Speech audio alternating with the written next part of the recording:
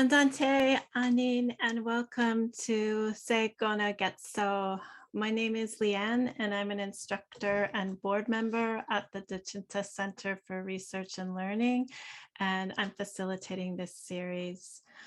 I'm coming to you from my own territory today, Michisagi Kinishinaabe Aki. Dechinta's head office is located in the gorgeous territory of the Yellowknife Dene First Nation, and we would not exist as an organization without their generosity, patience, expertise, and magnificent understanding of their homeland. I would like to begin by welcoming you all to this space. Thank you so much for coming. I know that it's a busy time of year and things have opened up, and so people aren't coming to virtual events as much as we were when the pandemic was raging. So thank you so much for being here.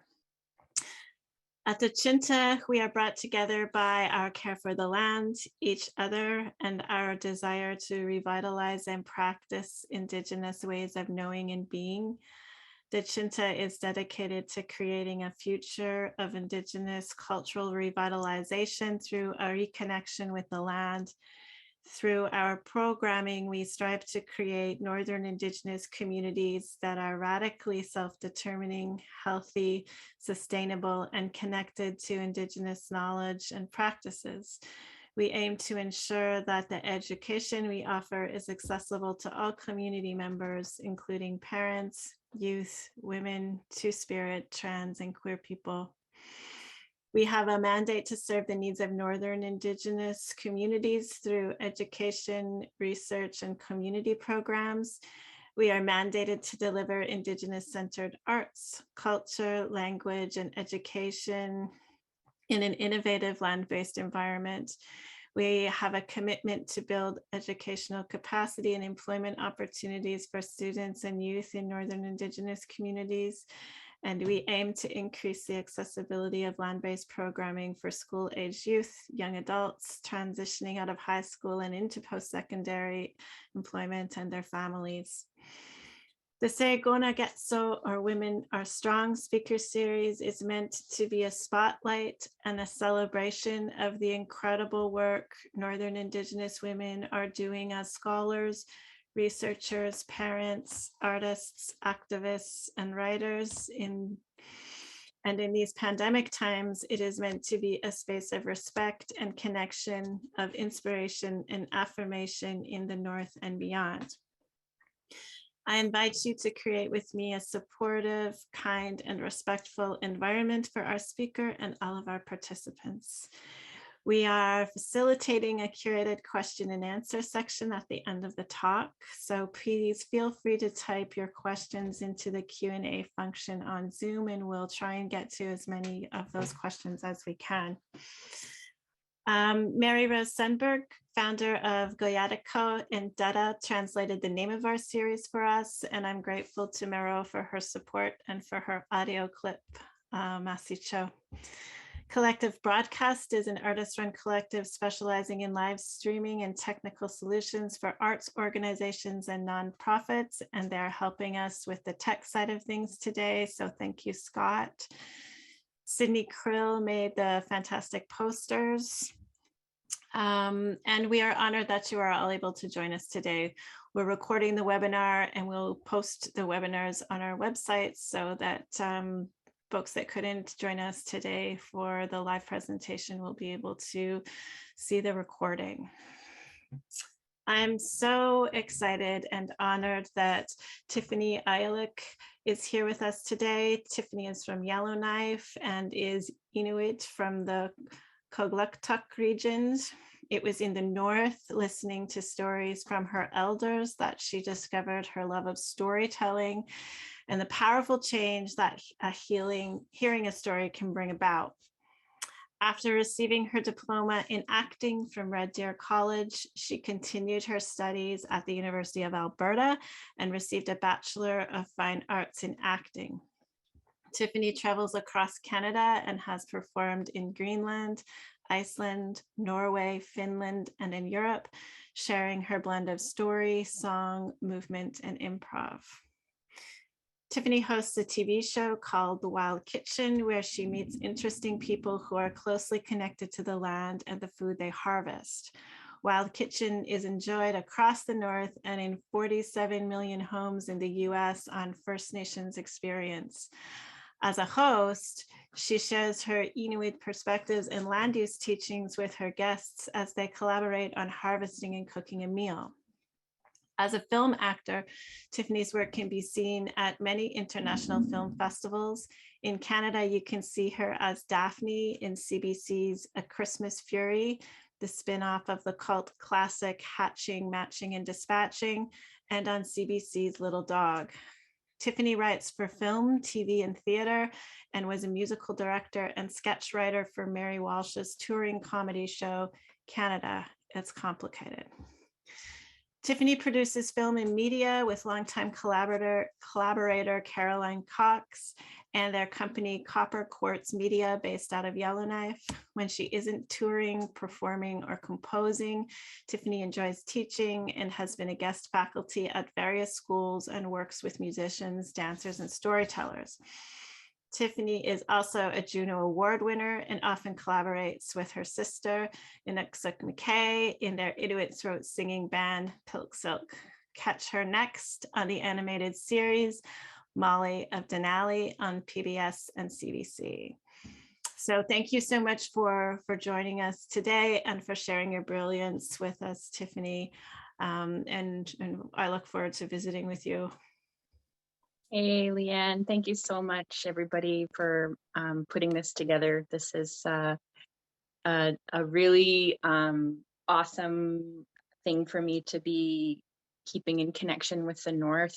I'm right now in Vancouver on the territory of the Musqueam, Squamish, and Tsleil-Waututh. And I miss the North. I just got back from Inuvik a couple of days ago working on my next project in Tuktoyaktuk and Nunavut. I'm just so curious to see what the auto caption does with Tuktoyaktuk.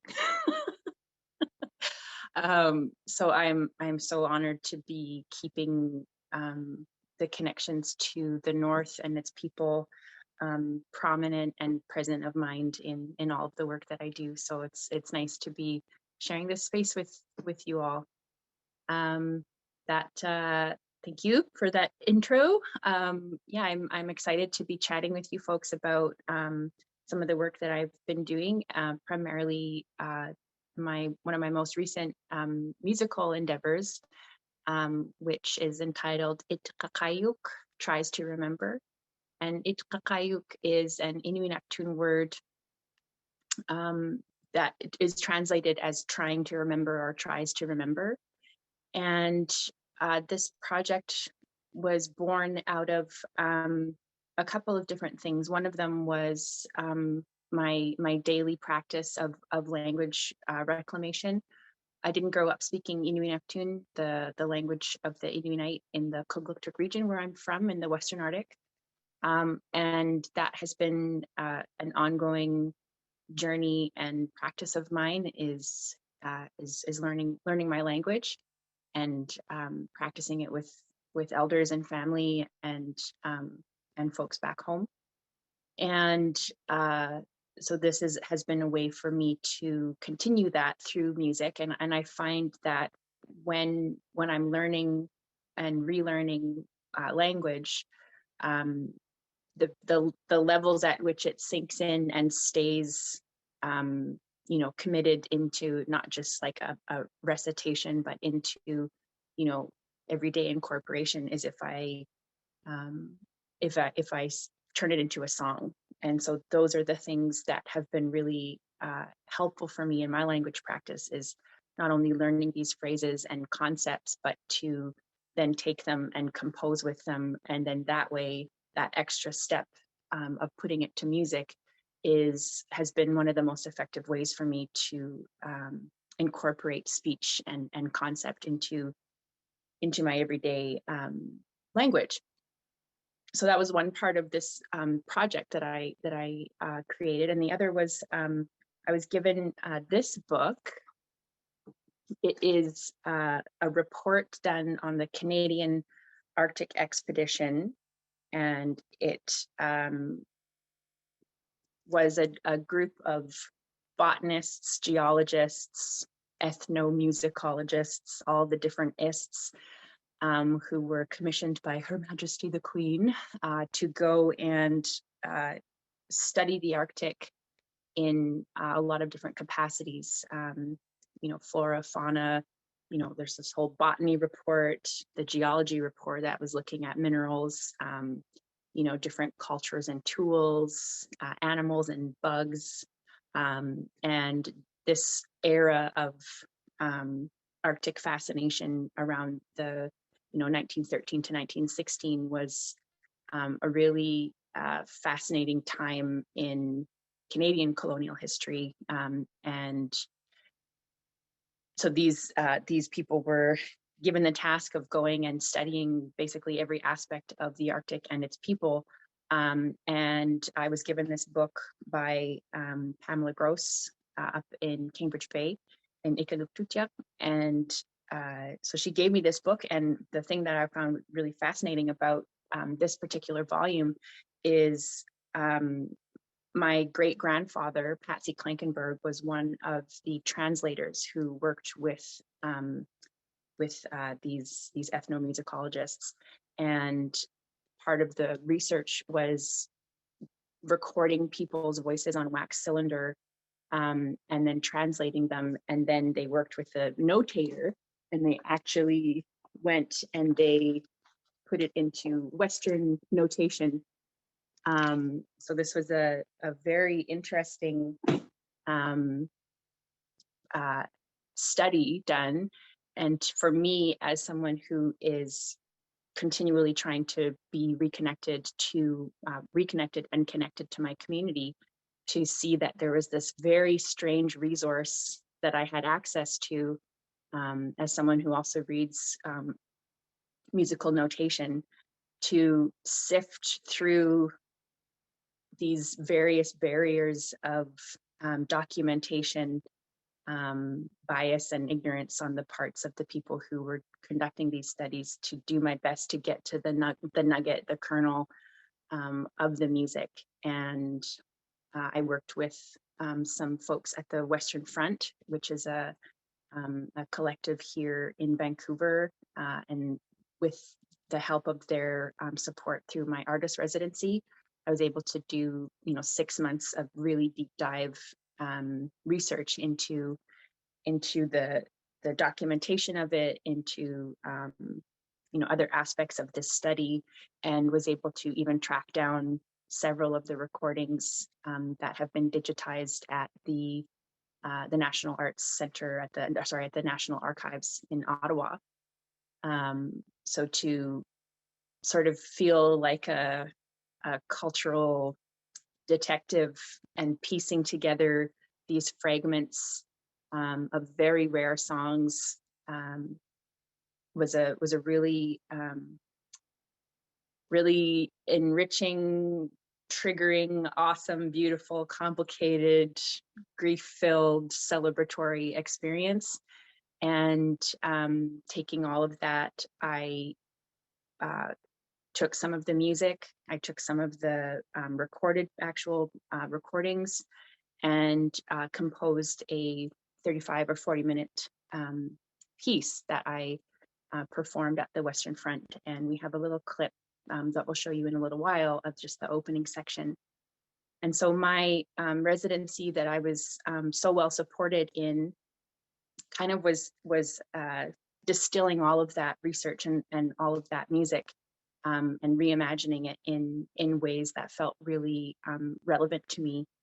And I worked with, I'll tell you a little bit more, like maybe we'll watch it first and then we can talk a little bit more about the design of the show. But yeah, it was a really beautiful experience to be almost having a duet with my ancestors, and the language of the songs that these recordings have, and the actual written language that was documented, as I get better with my grasp of the Inuit and reading some of these texts, I was like confused, like, oh man, this is a strange way to put it, or I don't quite understand why they're speaking and singing in this way. And it wasn't until I spoke with my aunt, Agnes Ayalik, and another very precious elder to me, Julia Ogina, who has been doing decades of research into song and song preservation, that they started to explain to me the heightened language and very poetic language that these singers would use in these songs, that was much different from everyday colloquial speech. And so it was a cool like next level of my language journey to start to get into poetry and to get into metaphor and to get into imagery, and to feel like for so long it's been very, very basics and colors and numbers and swear words and the things that everybody starts with, and the weather and hi, how are you, and to start to be able to expand my understanding of the language, to be able to appreciate things like poetry and nuance and innuendo and things like that was was a really cool experience. And yeah, something that I never thought that I would be able to do with my language. And yeah, so at the Western Front, I kept working on this project, worked with an amazing designer, Erin Grubin, and maybe after folks see the first clip, I can explain a little bit more about the design. So when I was composing the music, I compose it in such a way and organized it so that I had 8 speakers surrounding a central performance space, and was able to assign voice to each of the speakers around me. And this is obviously the depth and deepest, loneliest part of the pandemic, where I was really desperate and longing for community and choral singing and the coming together, which is such an integral part of this music. So the next best thing I could do was to recreate that sensation of being surrounded in a circle by music and by different voices. So it was a fun way to sculpt with sound as well. And it really stretched me from a technological standpoint to be able to work with different programs, to be able to record my voice, distort it, make me sound like an elder, and put it into a speaker, and that I could, swirl that sound around me in any kind of which way that I wanted to. And as a performer, to then also have that as a very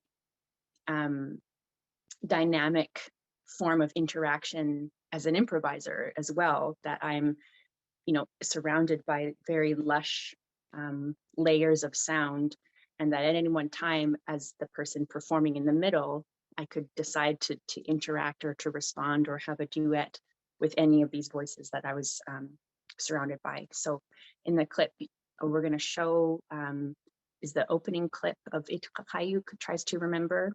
And the little lights that you see in the distance are little lights that I put onto the speakers. And those are sort of delineating the performance space around me. So maybe that's all I'll say for now, Leanne, before, unless there's anything you want to ask before we jump into the clip. No, I think that's good. Let's watch the clip and then we'll come back and chat. Great. Okay.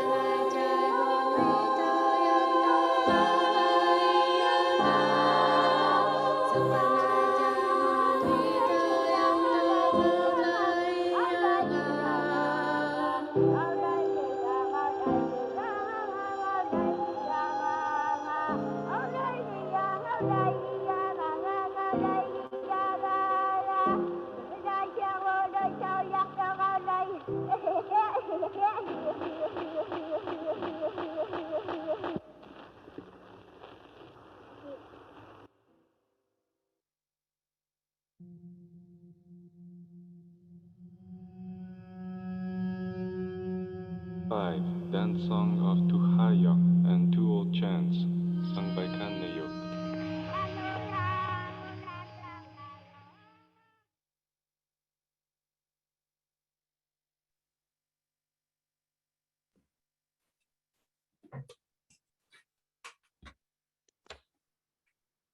So that was the opening clip of the show, and the first voice that we hear, her name is Kangayuk, and that's a sculpin, a really ugly fish. We have really funny names in for Inuit. The ongoing thing is the uglier the thing you're named after, the cuter you were as a baby. Because if you're like really, really cute, if you have like too cute of a name, then the spirits are gonna find you and be like, oh, that person's name is Flower, I'm gonna go and steal them. They must be a really cute baby. So the ongoing thing is, if you're named after earwax or snot or an ugly sculpin fish, you must have been really cute because people wanted to name you something ugly to protect you. So this little girl was named Kanayuk, and there's several songs of her that I had access to, and she comes up a few times in the show. And the male voice that you hear, I'm not exactly sure who that was, but through some of the recordings, you hear this announcer come on and sort of announce these songs, the title, and who the singer was. And I enjoyed the sort of like jarring moments that those gave me, and gave me something to like respond to quite viscerally. Was this Quebecois voice saying, "Dance song of Itqaqhaijuq, two old chants." Yeah, well, it was an amazing performance, and such a layered project. And so I'm wondering, when you first got that book, given how many practices you have and all the things that all the ways that you could have worked with this, with these songs and with those notations, what drew you to performance? What made that sort of, why did you use this practice for this book? Mm-hmm. Yeah, that's a great question. I think part of it was part performance and part Inuit AR, Inuit VR or whatever, of like, yes, wanting to have something to share and have something to, you know, put out into the world. But part of it was definitely like my own selfish want to just be surrounded by these songs and to be creating this like sonic playground that I could just go and be inside. And especially during, you know, super duper lockdown in the pandemic, to be like, I am so freaking lonely and so desperate for any type of community, that if this is the only thing that I have access to, I'm going to create this bubble. I'm going to create this world that I can go in, find some peace and comfort and some continuity and some context before I kind of go back into dealing with this pandemic. So it was one part performance and one part just like, I just need to like create my own bubble where I can be in some way surrounded by people and other voices. So yeah, that was part of it. I think that practice of sort of centering what you needed in that moment, I'm not sure it's selfish, because I feel like the thing that you created, watching it, and even not even in person, but just watching it on video, I felt quite different than if I had been listening to it on the radio, or if I had been listening to it on an album. I felt drawn in. I felt a very complicated waves of different emotions, some of which you named at the beginning, from grief to sadness to celebration to love.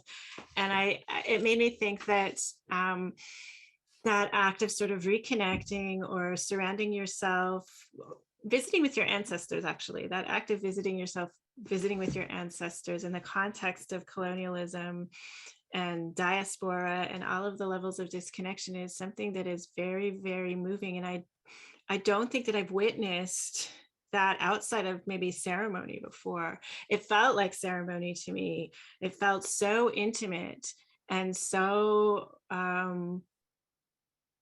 moving, so moving and so intimate and so special.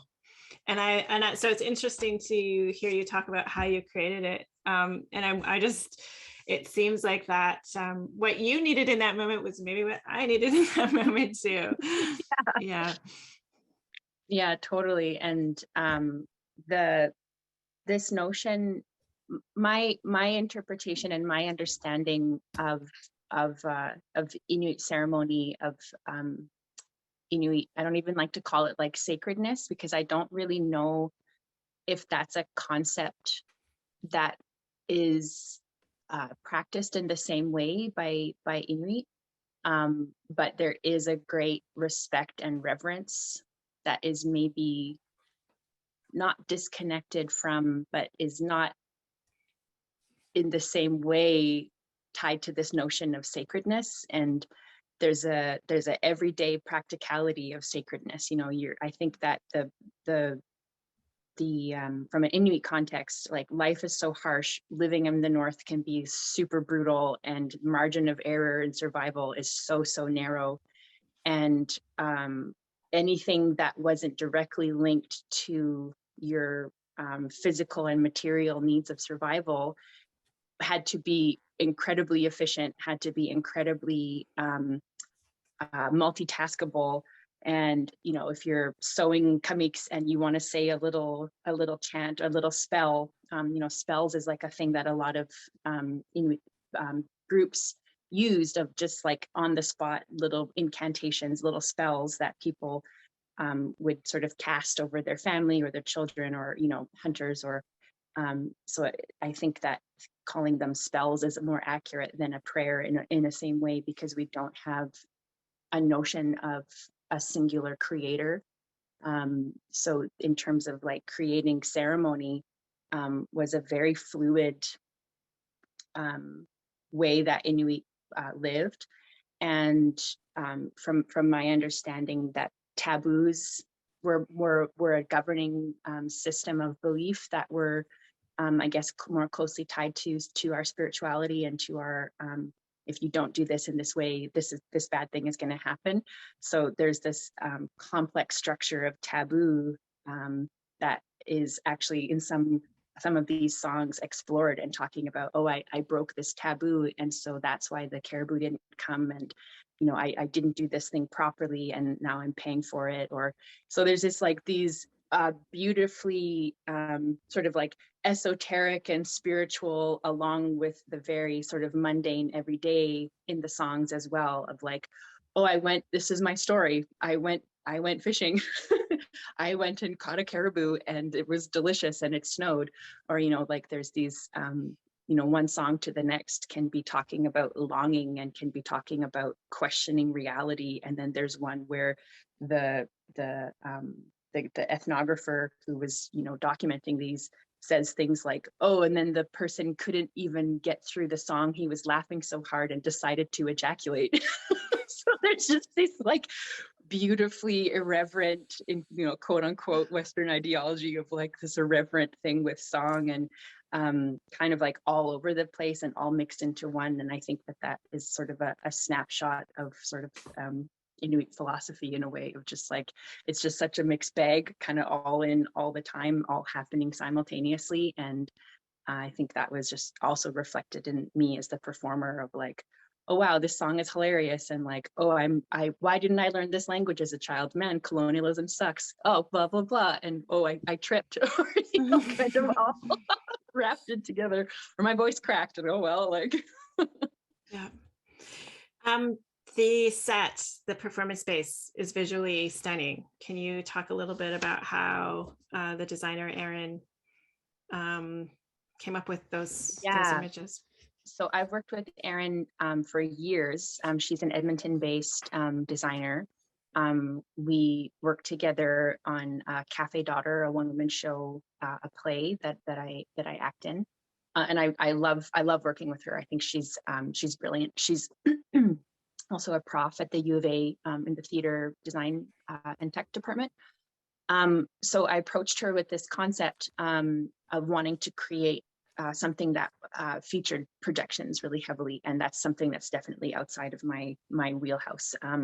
So I told her about this concept, and I talked about the sort of the Inuit Seasons. They found this really beautiful graphic of, you know, I think there's like 8 or 12 seasons that are all very closely tied to, you know, when the seal pups are born, when the mothers are separate, or when the pups are separated from their mothers, when the terns return, you know, when the first Arctic cotton starts to sprout, you know, like these very specific natural markers of time and season, and which is also reflected in some of the text and some of the music. So we talked a lot about season. We talked a lot about transitioning between seasons, when certain things would happen seasonally, whether that's storytelling or gathering or preserving, or we don't talk about certain things at certain times of the year. You know, all of those very like connected to land and time practices. And so she and I told her I wanted to like build a set, and I want you to just take care of the projections. And so I created my little floating iceberg in the sort of ether, and she set up her camera, and she played with different colors of ice and filmed the ice cubes like melting onto papers and into trays. And so what we're seeing is this sort of there's lots of different projections, and they're all quite different from each other. But for the most part, it's paint and pigment that she froze into water. And then as it's melting, the sort of the confluence of pigment kind of swirling around together that she captured on her camera and then manipulated and turned into these specific sort of chapters throughout the show. And each song has their own kind of feel to them. And I like to do this thing with my collaborators for some of my projects, that if there's a language element, I don't want to tell them everything. I don't want to be super hyper literal. I don't want to give them transcriptions or transliterations of things. Like I want that sort of visceral, like kind of gut reaction to also be really prominent in what they're hearing, and not be too married to text, and not be too limited by scope, because that's certainly not how I'm approaching the work. So I like to keep secrets. I like to not give everybody the same script, and then kind of you know, not be too bound even in the creation of something where we're tied to an idea too closely, because I like to be very, very fluid with the final product. If I saw this in person, where would the audience be? Would the audience be in a circle around you, or would we be in seats sort of like in a theater? So in a non-COVID world, what my hope was to create this experience so that the audience would be active participants, and would be doing what I started to call like audience EQ. So they would be responsible for moving around the space, and that I am also moving, and they would be orbiting as well, and that the speakers would be between me and the audience. So like speakers on the very outside of the rim, audience in the second rung, and me and the set in the center as this sort of like orbiting space. I'm really interested in audience unsettling. I'm really interested in seeing how audience and artist can navigate discomfort for as long as possible sometimes, and to see kind of what happens on the other side of that. And this sort of like passive, like feed me, let's just ingest this art. Let's just, you know, I'm going to be a passive participant, is something that I'm less interested in. So to be able to ask or give the audience permission to gravitate to the voices that they found intriguing or interesting or weird and wanted to know more, investigate a little bit more on their own. And the nature of the set as well, like it's not just a flat disc. You can't see everything all of the time. And there are some things you can see from some angles. And so I wanted to get people to move as they're experiencing the show. But can't really do that in COVID because it's you get your little taped off thing and you have to stay there and be 2 meters from your next person. So yeah, that's what the intent of it was. And even as an installation piece on its own, I wanted to create something that didn't require me to be there. I have created this piece so that it can be its own like discrete exhibit that can travel anywhere and be set up in the same way relatively, and then allow people to hear all of the music and the visuals without me, because I'm really busy and I want to my work to kind of be disseminating out into the world and not necessarily like require me to be there all of the time. So it's still, even just separate from a performance piece, is a very striking sonic and visual piece as well. Yeah, I was going to ask you if you had any plans for it to be like an installation without you, because I feel like I would love to just sit in a gallery or sit in the piece and hear it kind of repetitively, because it always takes me a little bit, I have to turn off my brain. It takes me a while to turn off my brain in order to be able to just feel that sort of all of the swirling energy that I think that you've gathered in this piece and feel. So do you have, is there things in the works in terms of doing another live performance and having it installed in gallery spaces? Yeah, I'm working on that right now to see like what's the next step for this. I have the whole filmed performance that I just did with myself and the camera crew. And that was very much a necessity because we couldn't have audience at that point. Like no live performance was possible. So and I needed to like kind of document the process. So that was kind of a gift in disguise, because now I have this like really, really beautiful snapshot of the project that, maybe if another lockdown is coming, I can do like a digital release and we can have it as as an event that people get to see the sort of the short film version of it. Or the film, the whole show, but the filmed show from home. But yeah, I'm working on the next steps to see like where this can be performed next.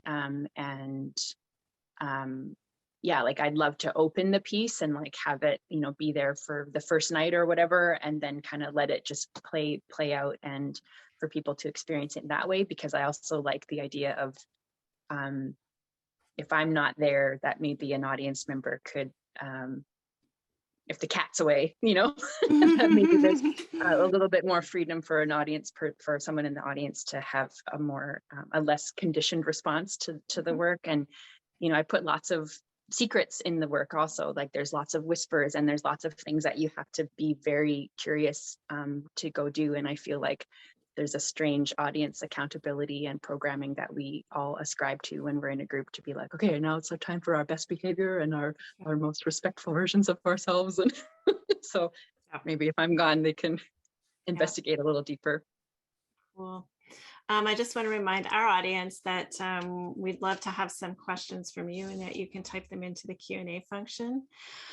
Another part of the longer video that blew my mind was when you started to read in your best ethnomusicologist voice some of the analysis that I'm assuming you found in the report of sort of the keys, the different intervals, the shifts that the original performers were doing. And it was so interesting to me. It was so funny, but it was also Yeah. so interesting to me because I was like, oh, like these people tried so hard to understand. They just tried their best. Like they just analyzed the heck out of this Oh and my they God, to missed death, it. to death.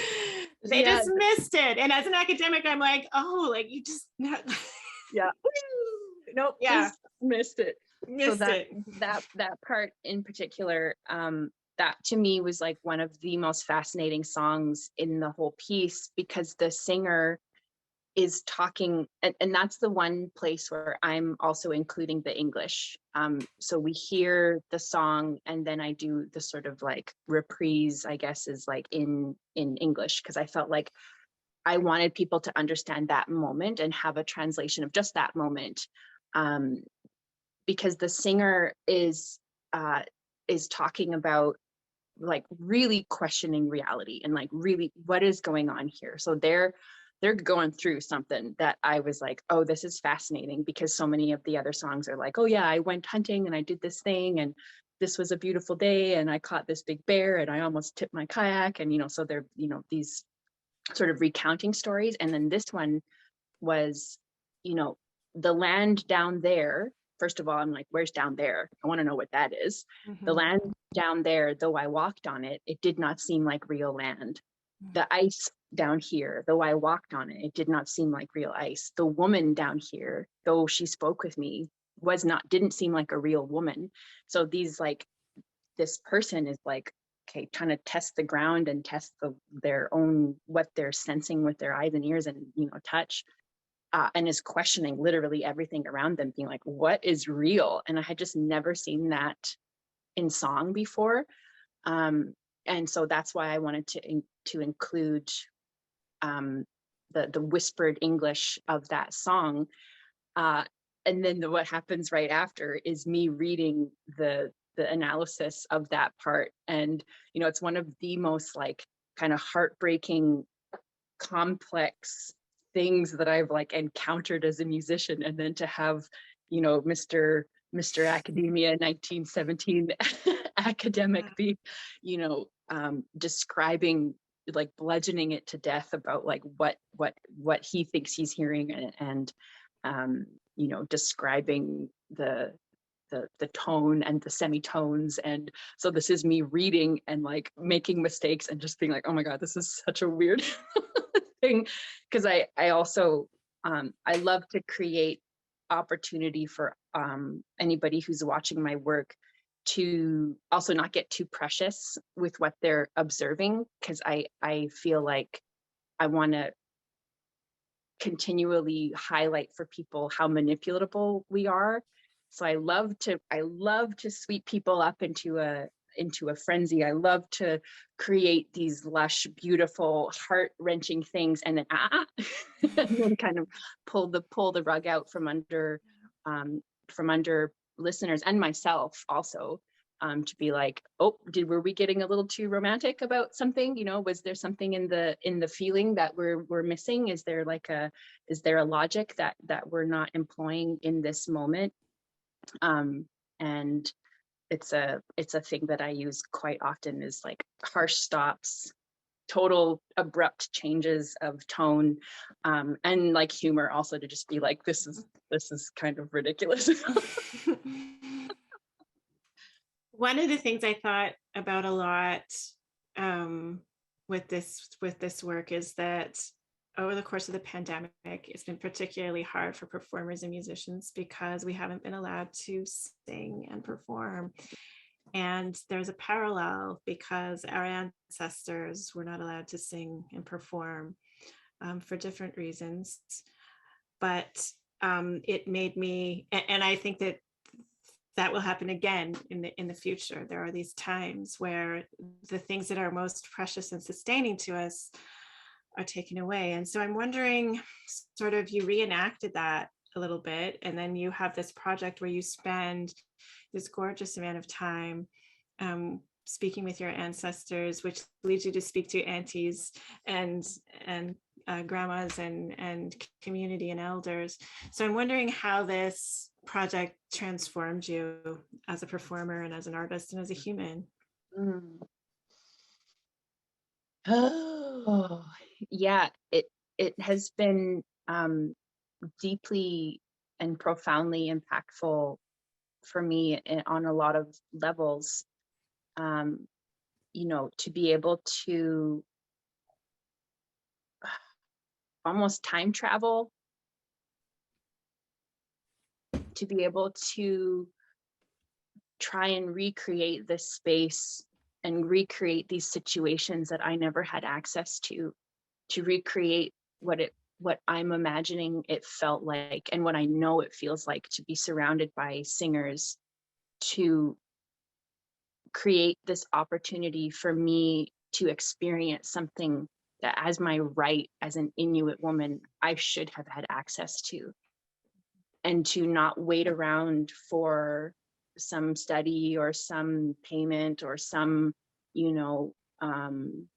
half-assed reconciliation effort, but to feel incredibly strength-based, to be able to be autonomous in how I reconnect, and to create that opportunity to have something that even me as an adult now, I should have had that as a child, and I can't have it now, but through my imagination and through technology and through kind of stubbornness and gumption, I can recreate an experience and put that into my heart bank, and now move forward and kind of time travel and grab something that I wasn't able to have as a child. So to feel at the end of the day like, whoa, frick, I just like time traveled all day today, and I need to like ground back into where I am right now, because it was deeply profound and it really awoke something in me, to feel like all in one moment I can create this transcendent, this profound, this mundane, this hilarious, this conflicting, this moment that really can't be kind of summed up in any one way. And sitting in the complexity of that, sitting in the nuance of that has been a lesson that I continue to think about, is like, what's the nuance in this moment? There's no black and white. What's the nuance? How can I celebrate the complexity of this moment? And that's just something that has for sure stuck with me since the beginning of this project. Yeah, that's beautiful. We have an audience question now. They're wondering what it was like reading the music notation. It seems so strange to me to have notation for traditional pieces like these. Oh yeah, it was so weird. Like, I don't know if this like reads, but like, there's, for any of you music nerds out there, like, what key is this even? Like, how do we decipher, to be able to be like, okay, there's 4 sharps in this. What key is this? There's notation that I'm like, I don't even know what this means, because you're taking something that's so fluid and so expressive and regimenting it and documenting it in a thing so that it's recreatable and reproducible by someone who, as long as they speak this language, can just kind of pick it up and reproduce without understanding like, oh, why is this song significant? Or like, why is this story particularly interesting because of blah, blah, blah. So it is a funny way to kind of chop a song off at its knees and just take the like, so it was strange. But what really helped me with that process was listening to the recording, right, following along in the notation and being like, okay. And that was one of the things that made it even more interesting, because it's like, like even in terms of rhythm, to have something like that changes key or changes time signature, was funny to be like, oh, you're hearing this as like, oh, now this part of the song is a 6/8 as opposed to a 7/12 or whatever. So it was really strange. And like, I'm not like a classical piano player, or like, I don't have the like I can read basic notation, but then even this was like far outside of my my comfort zone. So I did a lot of reading, a lot of learning, kind of going in both directions about like interpretation. So that was a trip. Yeah. And you're a language learner, and so that's not easy. There's always a lot to navigate there. There are still so many internal and external boundaries for language learning. And this, I mean, it sounds like it struck you, but it also struck me that how rudimentary my knowledge of my own language is, even when I'm like singing or writing in it, it's like toddler level. And so Yeah. to have this gift of a poetic, metaphorical, yeah, what was that experience like? Well, it's just so funny because like one song to the next is like I was saying before, the incredibly mundane right alongside the profound and astrological and, you know, esoteric and uninterpretable. So like there's that seeing them just like even laid out in that way was very strange. And you know, to hear some of these are like rap battles too, like some of them are big beef songs that people have, like argument songs. And the reason for heightened language through song was to give adults the opportunity to talk about very serious or difficult things without having the children understand what they're meaning. So as one example, so two people could be singing and having a very intense argument or talking about something that's like possibly traumatizing to a child, but it's in a song, and we're all living in an igloo together, and it's minus 70 outside, and you can't, you know, go for a quick walk with mom and dad, can't just go have a quick walk or whatever to like sort something out. So everything has to happen in real time, and you don't necessarily get that space to like sort things out with each other. And as a value for Inuit to always be wanting to return to like balance and harmony, seeing song as the conflict tool was a really cool thing to see as well. And that's something that a lot of elders have talked about, is that is the other function of this very poetic and heightened language, to allow people to talk about things without having their children lose any innocence over it. What an incredibly kind, respectful parenting technique. Hey, yeah, that's I think beautiful. So like, yeah. It's incredible to me, like like it makes me just like cry thinking about like, man, the shit that we saw as kids. Yeah. You know? Like, you're like, mom and dad are just like singing this thing again that's kind of stressful, but the tune is nice. Yeah. Yes, that's really beautiful. Well, thank you so much for sharing this work with us, and for visiting with me today, and for answering our questions. I feel so inspired and uplifted. I think it's happy. I feel happy coming out at the end of this conversation and spending time for this work. And I'm so excited to see it in person or installed in a gallery. So thank you so much for coming, and thanks to everybody in our audience for coming and for participating and for sharing this space with us. Our next person in the speaker series is Anita Lafferty, and that's going to be on April 6th. Dechinta's super busy right now at our Kugluktuk camp at Mackenzie Island. So come visit us and spend some time at Fish Camp if you're in the Yellowknife or Ts'eko area. And thank you again so much, Tiffany. This has been amazing. Thank you so much for having me. All right. Bye now. Bye.